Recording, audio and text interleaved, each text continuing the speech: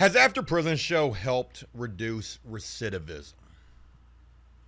Have I single-handedly helped change the statistics of people either going back to prison or going to prison at all in the first place? As I begin with that question, I know the first thing that some people are going to be thinking is, oh, Joe's ego. What does he think he is, some kind of a superhero? And I want to go ahead and address that off rip. I do not. But I do feel a smidgen, that's such a gangster word right there, of responsibility and honor, knowing that I, and also After Prison Show, has in some way affected the numbers in relation to people either going back to prison or again going to prison in the first place. Allow me to explain. I just recently filmed a video with Banky and Jew-Man, a big update with Jew-Man, or a big reunion between Jew-Man and me that was possible because of Banky.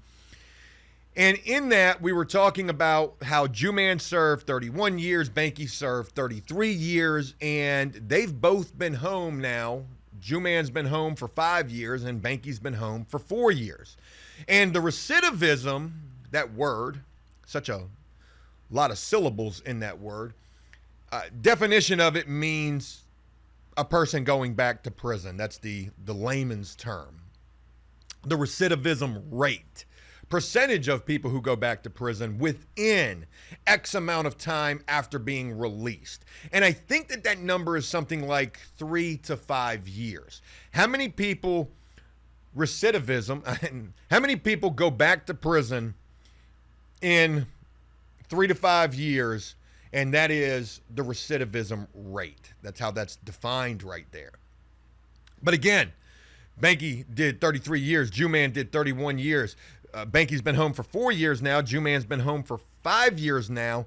And neither one of them have gone back to prison. I have not gone back to prison. And countless others who I have inspired personally through After Prison Show and through all that After Prison Show has done have not gone back to prison neither. I want to deep dive this so that you get a full understanding of what I'm trying to say right here. Has the prison genre, here's the question of the day. Has the prison genre as a whole at this point, which is massive, it's as big as a universe, as big as a galaxy, so many planets in a galaxy. That's kind of what the prison genre feels like, every planet being another content creator in the prison genre. But has the prison genre as a whole at this point helped to impact, potentially in a major way, the numbers in relation to recidivism? I personally think they absolutely have. How much? I don't know, but there should definitely be a study done some kind of a way. I don't even know how you would do the study. And matter of fact, here's how you would do the study. This is exactly how you would do it.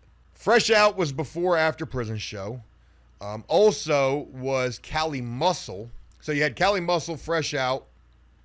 I never knew about Cali Muscle until way later. I ran across Fresh Out when I was fresh out.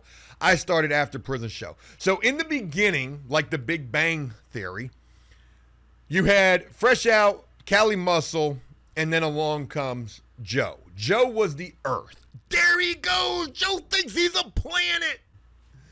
Earth at that, right?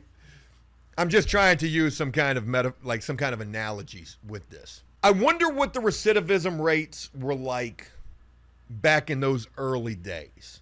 Back before After Prison Show, when it was Fresh Out and it was Cali Muscle. And let's go back even further to back before those two. What were the recidivism rates in the years prior to Cali Muscle and Fresh Out? And then What are the recidivism rates now in 2024 with Cali Muscle, Fresh Out, me, Lockdown 23-1, Jay Williams, Let's Live Life, JD Delay, he's like so new, Jumpsuit Pablo, I'm just trying to think of people, Jessica Kent. I should do a live stream where I'm literally just shouting out every single prison genre content creator, and I guarantee it would probably be like a 24-hour stream. What are the recidivists, and forgive me if I didn't shout you out, I'm just throwing out names that are coming at the top of my head. Banky Pound, Joe Baker, there's just so many. What were the recidivism rates in the years prior to Cali Muscle and Fresh Out? I don't know which one of them came first. And what are the recidivism rates now? And I guarantee you that the recidivism rates now in 2024 are way less. Maybe not way. You know what? Let's look it up on my phone. Let's just say, hypothetically, I came home in 2015. Let's just say Fresh Out and Cali Muscle came around 2010. They might have been earlier than that, but let's just use 2010 as a starting point. According to a 2010 United States Sentencing Commission's report, 49.3% of federal offenders released in 2010 were rearrested over an 8-year follow-up period. Damn, they were using an 8-year timeline. This rate was the same as offenders released in 2005, despite changes to the federal criminal justice system. Nearly 2/3, 63.8% of violent offenders released in 2010 were rearrested. The same rate for violent offenders in 2005. This is all federal. So let's just say it was 49.3%. Let's just go with that number. Now we're going to go to 2024. And before we even put that in and find out what that information is, I need to also say that it is not just prison YouTube, prison genre, the prison genre as a whole, collectively, over all social medias, that is single-handedly saving the world. You've got a lot more programs out there these days. There's a lot more treatment available out there these days. And laws have definitely laxed a little bit in relation to how states, especially like my state here in Virginia, are handling drug offenders, people with drug addictions. You know, it used to be back in my day, 2008 and prior, where if you were on probation and you pissed dirty, you were getting violated and your ass was going back to prison. They've made changes to that. They are not trying to send people back to prison, at least in the state of Virginia, over dirty urines. Okay, they're giving you every opportunity in the world to try to get it right. Now, if you get pulled over and caught with drugs, that's a totally different situation. Now you done caught a charge. I'm getting ready to look up these numbers for 2024. It was 49.3% back in 2010.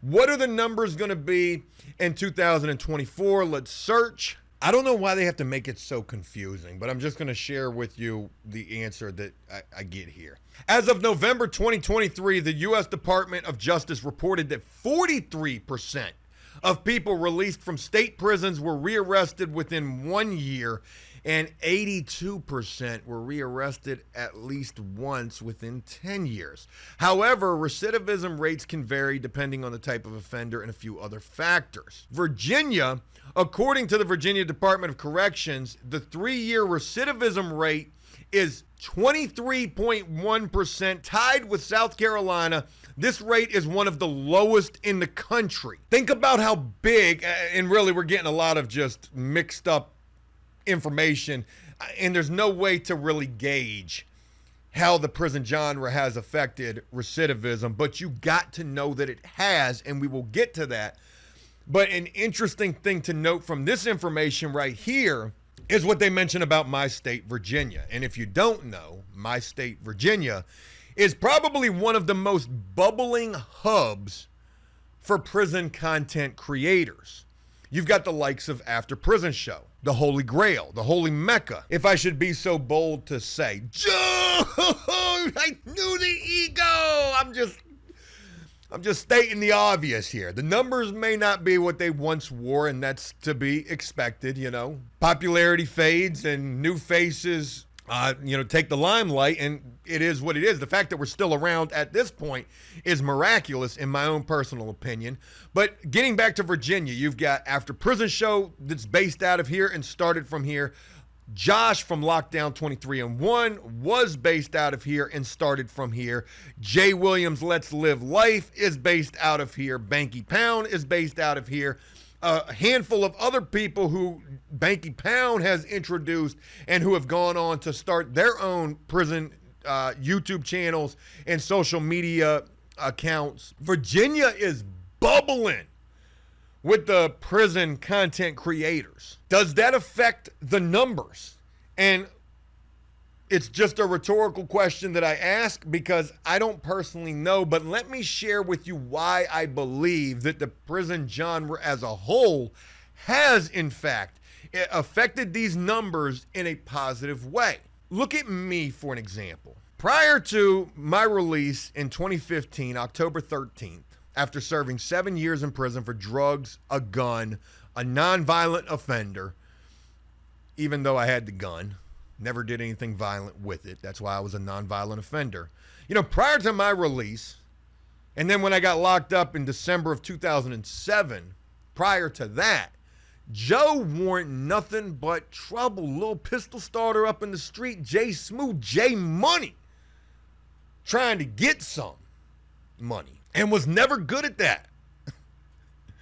Funny to think now, like with all my business endeavors, I guess some things never change. But it was coming home in 2015 and starting After Prison Show that gave me something positive, constructive to do with my life and my time. Idle hands, as the saying goes.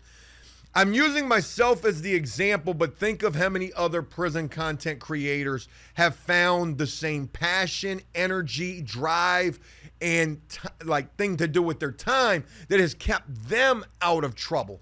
And though those numbers may be few, even going back to the galaxy analogy that I've used for what the prison genre is, a gazillion trillion planets in a galaxy kind of feels like every planet represents a prison content creator. That's just how big this genre is these days.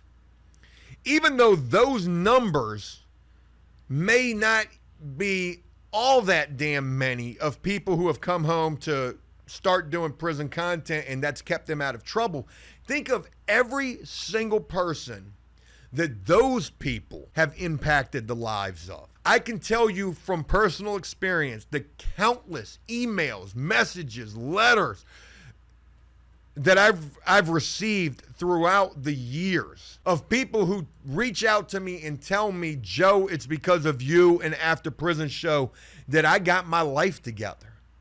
Man, I remember watching out. You know, I'm unking the game at this point. I get people who reach out to me now and say, damn, I grew up watching After Prison Show. Crazy to see that you're still around. I use myself as the example because I know, just like how it's been for me and After Prison Show, it is exactly the same, I know without knowing, for so many, if not all, of these other prison content creators. So though the numbers may not be as many involving the actual content creators, the reach that we have all had as a collective whole has got to be like the entire fucking world. Worldwide reach around. I just wanted to throw reach around. I don't know why. Shouldn't be making any jokes about this, but I'm telling you, I ain't got no way to prove all this that I've been talking about in this video. But I know you got to know, just like I know, that the prison genre has impacted the recidivism rate in a positive way. It's not the solve-all, but neither are these programs, these resources. You know, just like with addiction, it is totally up to a person what they're going to do with themselves. Are they going to straighten up and fly right, or are they going to go right back to the bullshit that landed them in a place they didn't want to be in to start? I'll leave it on that note. I'll be eager to hear what you have to say in relation to this. Has the prison genre impacted the world over in terms of helping to prevent people from going back to prison or going to prison in the first place? And I'm not just talking about a little bit.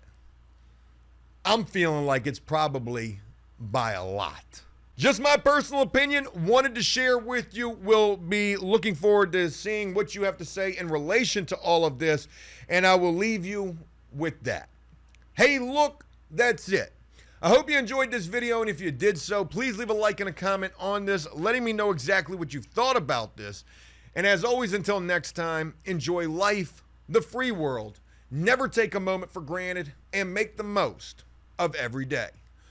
Peace!